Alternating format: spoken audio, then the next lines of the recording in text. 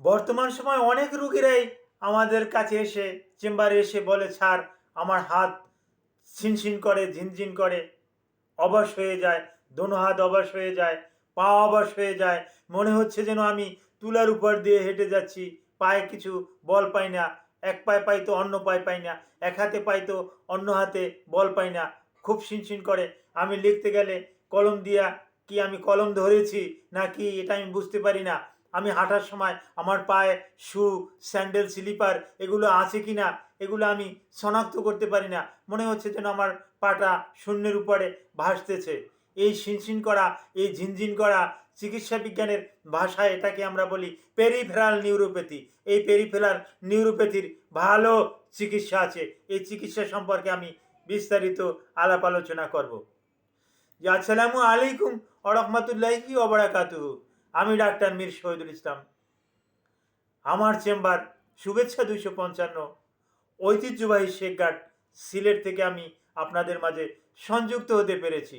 সিলেট থেকে সংযুক্ত হয়ে প্রতিনিয়তই চিকিৎসা বিজ্ঞানের আলোকে অত্যন্ত গুরুত্বপূর্ণ আলোচনা আপনাদের মাঝে পেশ করে থাকি। আজকেও কোনো রকমের ব্যতিক্রম হবে না, অত্যন্ত গুরুত্বপূর্ণ একটি আলোচনা আপনাদের কাছে শেয়ার করতেছি। জি, শিনশিন করা, ঝিনঝিন করা, চিকিৎসা বিজ্ঞানের ভাষায় এটাকে আমরা পেরিফেরাল নিউরোপ্যাথি বলি।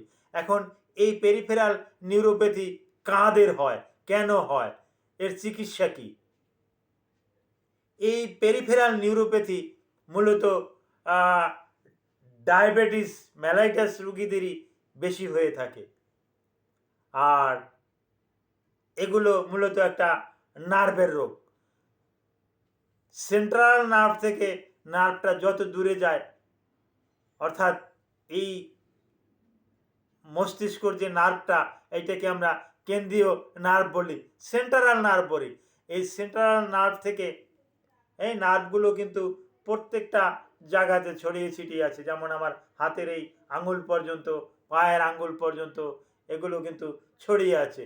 এই নার্ভগুলো যখন অবশ হয়ে যায়, অচেতন হয়ে যায়, ঠিক মতন কাজ করতে পারে না, তখনই এটা ওখানে ঝিনঝিন, শিনশিন, একটু ব্যথা অনুভব হওয়া, চিমটি কাটলে ব্যথা না পাওয়া, এরকমের অনুভূতি কিন্তু নিয়ে আমাদের কাছে কিন্তু রুগীরা আসলে আমরা কিছু সেন্সিটর দিয়েও কিছু টাক দিয়ে পরীক্ষা করে তারপর আমরা বুঝতে পারি যে হ্যাঁ, উনি পেরিফেরাল নিউরোপ্যাথিতে আক্রান্ত, দীর্ঘদিন যাবৎ ডায়াবেটিস মেলাইটাসে আক্রান্ত, যার পরিপ্রেক্ষিতে এই সমস্যাটা হয়েছে এবং হবেই। তো তো এর চিকিৎসা কী? এর চিকিৎসা অনেকে অনেক রকমের চিকিৎসা দিয়ে থাকেন, বিশেষ করে এটা অপচিকিৎসাই বলবো। অপচিকিৎসা বলতে তাদেরকে এনএসআইড ড্রাগ দিয়ে থাকে, হ্যাঁ, নন স্টেরয়েড অ্যান্টি ইনফ্ল্যামেটরি ড্রাগ দিয়ে থাকে। এইটা তারা একটা ভুল করে। এই নন স্টেরয়েড অ্যান্টি ইনফ্ল্যামেটরি এই পেরিফেরাল নিউরোপ্যাথিতে কিন্তু কোনো কাজ করবে না। এখানে আপনার উচিত একজন ভালো মানের একজন ডক্টর দেখানো। হ্যাঁ, ভালো মাপের একজন ডক্টর দেখালে উনি আপনার পেরিফেরাল নিউরোপ্যাথিটা উনি শনাক্ত করতে পারবেন।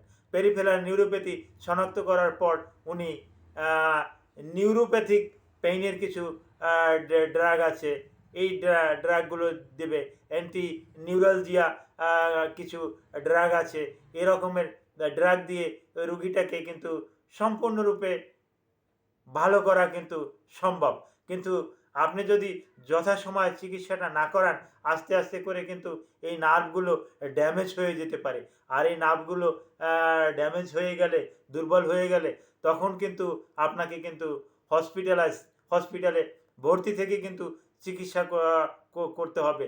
এবং এটা একজন ভালো মাপের একজন নিউরোলজিস্টদের তত্ত্বাবধানে থাকিয়ে কিন্তু তখন কিন্তু চিকিৎসা করতে হবে। আর প্রারম্ভিক পর্যায়ে যদি আপনি আসেন এবং যদি স্বাস্থ্যের যে বিধিনিয়ম, এই বিধিনিয়মগুলো যদি একটু মান্য করে চলেন, তখন কিন্তু এই সমস্যাটা আর থাকবে না। এই সমস্যা থেকে কিন্তু আপনি পরিত্রাণ পেয়ে যাবেন। তো হাত পায়ে ঝিনঝিন ধরা, শিনশিন ধরা, এগুলোর ভালো চিকিৎসা আছে, আপনি অবহেলা করবেন না। আপনি যত দ্রুত সম্ভব রোগের লক্ষণ প্রকাশ পাওয়া মাত্র ডক্টরের কাছে চলে যাবেন।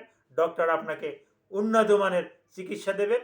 আর উন্নত মানের চিকিৎসা নিয়ে আপনি সম্পূর্ণরূপে ভালো থাকবেন। Thank you all.